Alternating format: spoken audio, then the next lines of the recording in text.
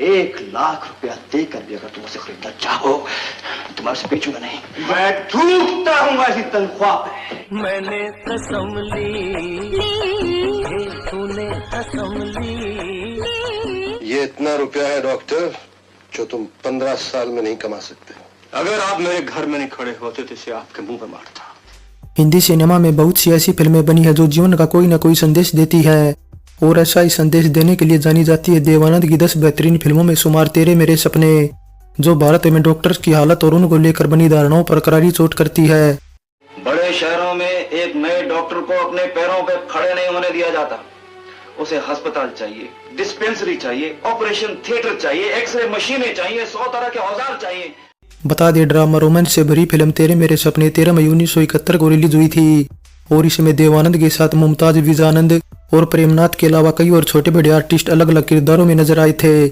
इसके अलावा हेमा मालिनी भी स्पेशल अपीयरेंस में नजर आई थी, लेकिन बावजूद इसके बॉक्स ऑफिस पर यह फिल्म कोई खास कमाल नहीं दिखा पाई और बुरी तरह फ्लॉप रही। 1970 में आई फिल्म जोनी मेरा नाम की जबरदस्त सफलता के बाद डायरेक्टर विजय आनंद उर्फ गोल्डी, प्रोड्यूसर गुलशन राय से बेहद नाराज थे। इसलिए उन्होंने फैसला किया कि अब की बार वे फिल्म का डायरेक्शन करने के साथ साथ प्रोड्यूस भी करेंगे और इसमें उनकी मदद करने के लिए बड़े भाई देवानंद का नवकेतन बैनर तो है ही। इसलिए उन्हीं दिनों राइटर कौशल भारती ने उन्हें मेडिकल प्रोफेशन में हो रहे करप्शन पर आधारित एक कहानी सुनाई, जो दरअसल जे क्रोनिन के 1937 में पब्लिश्ड एक नॉवल द कैटाडल पर आधारित थी। दरअसल अब गोल्डी ऐसा तजुर्बा खुद भी कर चुके थे, क्योंकि उनका एक बार किडनी का ऑपरेशन हुआ था, लेकिन डॉक्टर्स की गलती की वजह से उन्हें बहुत तकलीफें झेलनी पड़ी थी। और ऐसा सिर्फ उन्हीं के साथ नहीं हुआ, साथ रहने वाले भी कई बार बयां किया करते थे। बस फिर इस तरह गोल्डी ने ठान लिया कि वे इस सब्जेक्ट पर फिल्म बनाएंगे।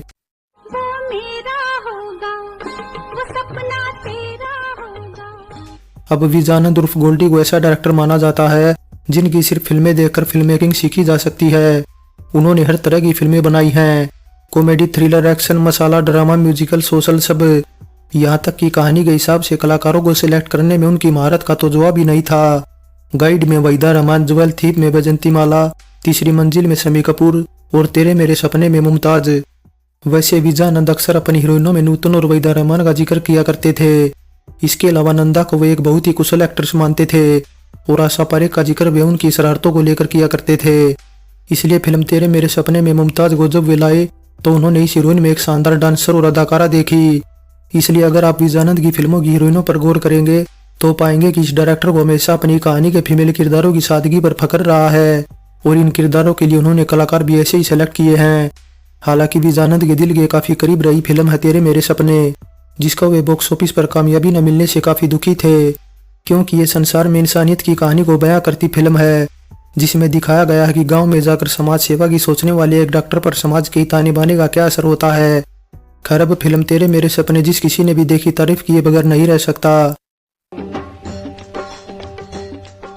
मुमताज 60 व 70 के दशक की एक बेहद सफल एक्ट्रेस थी। उन्होंने करियर में एक से बढ़कर एक सुपरहिट फिल्मों में काम किया है, मगर एक दौर ऐसा भी था जब उन्हें बी ग्रेड फिल्मों की हीरोइन माना जाता था, जिस वजह से शशि कपूर ने भी सच्चा झूठा फिल्म में उनके साथ काम करने से इनकार कर दिया था। मगर फिर चाहे वो विजानंद हो या देवानंद, दोनों ही मुमताज को बेहद पसंद करते थे। वैसे मुमताज गोल्डी से पहली बार गाइड फिल्म की सिल्वर जुबली पार्टी के दौरान मिली थी और तभी गोल्डी ने यह तय कर लिया था कि कभी मौका मिलेगा तो वे मुमताज को अपनी फिल्म में साइन जरूर करेंगे, और वो मौका उन्हें मिला तेरे मेरे सपने में। इसके अलावा ऐसा भी बताया जाता है कि इसी फिल्म के सेट पर 1970 में मुमताज की देवानंद के साथ पहली बार बातचीत हुई थी। इसलिए इस फिल्म की थोड़ी बहुत ही शूटिंग पूरी हुई थी कि देव ने मुमताज को एक और फिल्म का ऑफर दे दिया, जिसका नाम है हरे रामा हरे कृष्णा, जो देवानंद के डायरेक्शन और प्रोडक्शन में बनी फिल्म है। वैसे इन दोनों ही फिल्मों में मुमताज का ग्लैमरस रोल नहीं था, मगर उन्होंने अपना किरदार बखूबी निभाया था।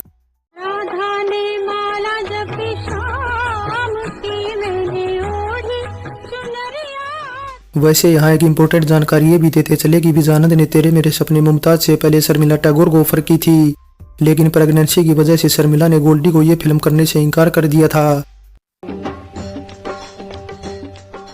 तेरे मेरे सपने की कहानी में जगन्नाथ कोठारी नाम का एक किरदार था, जिसे गोल्डी ने खुद निभाया था, मगर गोल्डी की एक्टिंग से देवानंद कभी खुश नहीं होते थे। गोल्डी ने इससे पहले 1957 में आई आगरा रोड, 60 में आई काला बाजार और 64 में आई हकीकत में बतौर एक्टर काम किया था।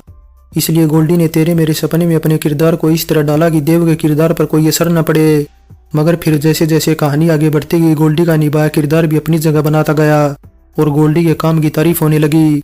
बताया जाता कि गोल्डी इस फिल्म में कहानी की सिचुएशन को देखते हुए खुद पर एक गाना भी फिल्माना चाहते थे, जमाने धैत तेरी की। मगर फिर गोल्डी को लगा कि इस बात से देव उनसे नाराज हो जाएंगे, क्योंकि एक तो देव पहले ही उनकी एक्टिंग से अंदर ही अंदर नाराज थे। 2 दिन तक वे सेट से भी गैर हाजिर रहे थे। इसलिए गोल्डी ने बड़ी सूझबूझ से लॉन्ग शॉट में गाने का थोड़ा हिस्सा खुद पर फिल्मा कर बाकी गाना आगा पर फिल्मा लिया। हम तो मर गए हाय जमाने धत तेरे की, जमाने धत तेरे की। वैसे कुछ ऐसा भी बताया जाता है कि जगन्नाथ कोठारी की भूमिका के लिए पहले संजीव कुमार के नाम पर विचार किया गया था, लेकिन फिर बजट को कम करने के लिए विजानंद ने यह किरदार खुद ही निभाया। फिल्म तेरे मेरे सपने में हेमा मालिनी एक फिल्म स्टार के तौर पर स्पेशल अपीयरेंस में नजर आती हैं। हालांकि हेमा को लेने से पहले गोल्डी इस रोल के लिए लंबे समय तक राखी के नाम पर विचार करते रहे थे, लेकिन आखिर में उन्होंने हेमा को इस फिल्म में लिया तो वहीं राखी को हीरोइन बनाया अपनी फिल्म ब्लैकमेल में। वैसे गोल्डी ने हेमा को इससे पहले 1970 में आई जोनी मेरा नाम में पहली बार साइन किया था, जो हेमा की पहली ब्लॉकबस्टर फिल्म भी मानी जाती है।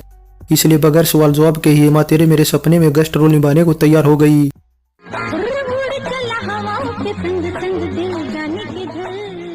वैसे हेमा के इस रोल की इंस्पिरेशन गोल्डी को वैजंतीमाला से मिली थी। उन्होंने ज्वेल थीफ की शूटिंग के दौरान ये नोटिस किया था कि डॉक्टर बाली वैजंतीमाला से मिलने आते थे। इसके अलावा उस दौर में कुछ हीरोइनों की माएँ भी सेट पर साथ रहती थी। ये एंगल भी गोल्डी ने तेरे मेरे सपने में जोड़ा था। मेरी हालत पर तरस खाओ माँ, मुझसे इतना काम मत करो, मैं मर जाऊंगी। अब आगे से कम पिक्चरें लेंगे बेटा, जो है वो तो खत्म करनी है। इसके अलावा कुछ ये भी बताया जाता है कि इस फिल्म में हेमा की एंट्री से मुमताज गोल्डी से नाराज हो गई थी, मगर फिर गोल्डी ने बात क्लियर कर दी कि ये उनकी मर्जी है, वे जिसे चाहे उसे फिल्म में लेंगे। तेरे मेरे सपने वो फिल्म है जिसने इंडस्ट्री में हिंदी और मराठी का झगड़ा शुरू किया था। दरअसल मुंबई में दादर के कोहिनूर सिनेमा में दादा कोंडगे की फिल्म सोनगढ़िया लगी हुई थी, लेकिन सिनेमा घर के मालिक को लगा कि देवानंद की फिल्म है तो टिकट महंगी बिक सकती है और मुनाफा भी बढ़ सकता है, तो उन्होंने दादा कोंडगे की फिल्म को हटाकर देवानंद की ये फिल्म लगा दी। जिसके बाद फिर ये बात शिवसेना प्रमुख बाला साहब ठाकरे तक पहुंच गई। अब शिवसेना का दफ्तर भी दादर में ही है, तो बस फिर क्या था, ठाकरे सीधे दफ्तर से निकले और जा दमके कोहिनूर सिनेमा। वहीं खड़े होकर उन्होंने देवानंद की फिल्म के पोस्टर उतरवाए और मराठी फिल्म को फिर से चलवा दिया। इसलिए कहते हैं कि ठाकरे ने तेरे मेरे सपने को कोहिनूर सिनेमा से उतरवाकर मराठियों के बीच अपनी नाक तो ऊंची कर ली, लेकिन विजानंद को इससे बहुत बड़ा झटका लगा था। उन्हें काफी नुकसान उठाना पड़ा और वे कर्ज में डूब गए थे।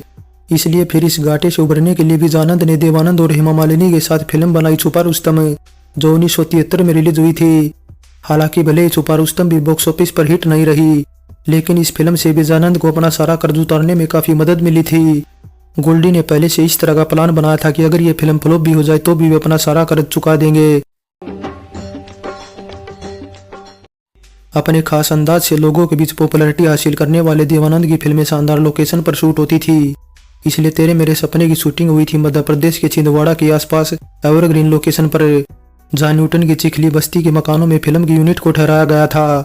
मैंने कसम ली गाना जहां न्यूटन परासिया के बीच की घाटी में फिल्माया गया था, वहीं जीवन की बगिया महकेगी गाना भी न्यूटन चिखली में शूट हुआ था।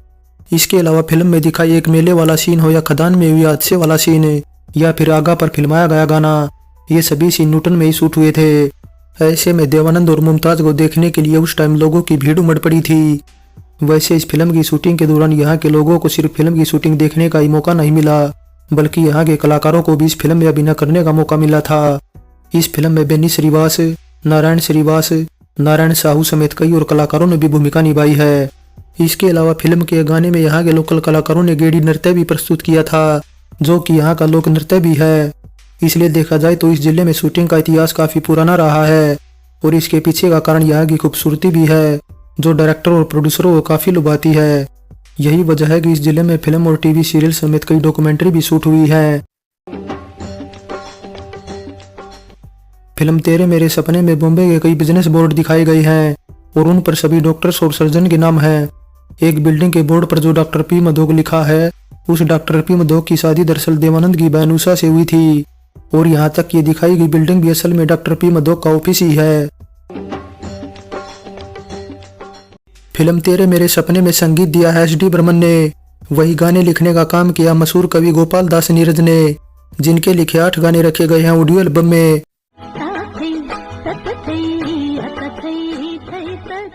अब तेरे मेरे सपने का गीत संगीत हिट रहा था। मैंने कसम ली और राधा ने माला जपी श्याम की जहाँ फिल्म के सबसे पसंदीदा गाने हैं, वहीं वो तेरा सपना होगा वो मेरा सपना होगा और जीवन की बगिया महके की भी काफी कमाल के गाने हैं जिनका आनंद बस सुनकर ही लिया जा सकता है।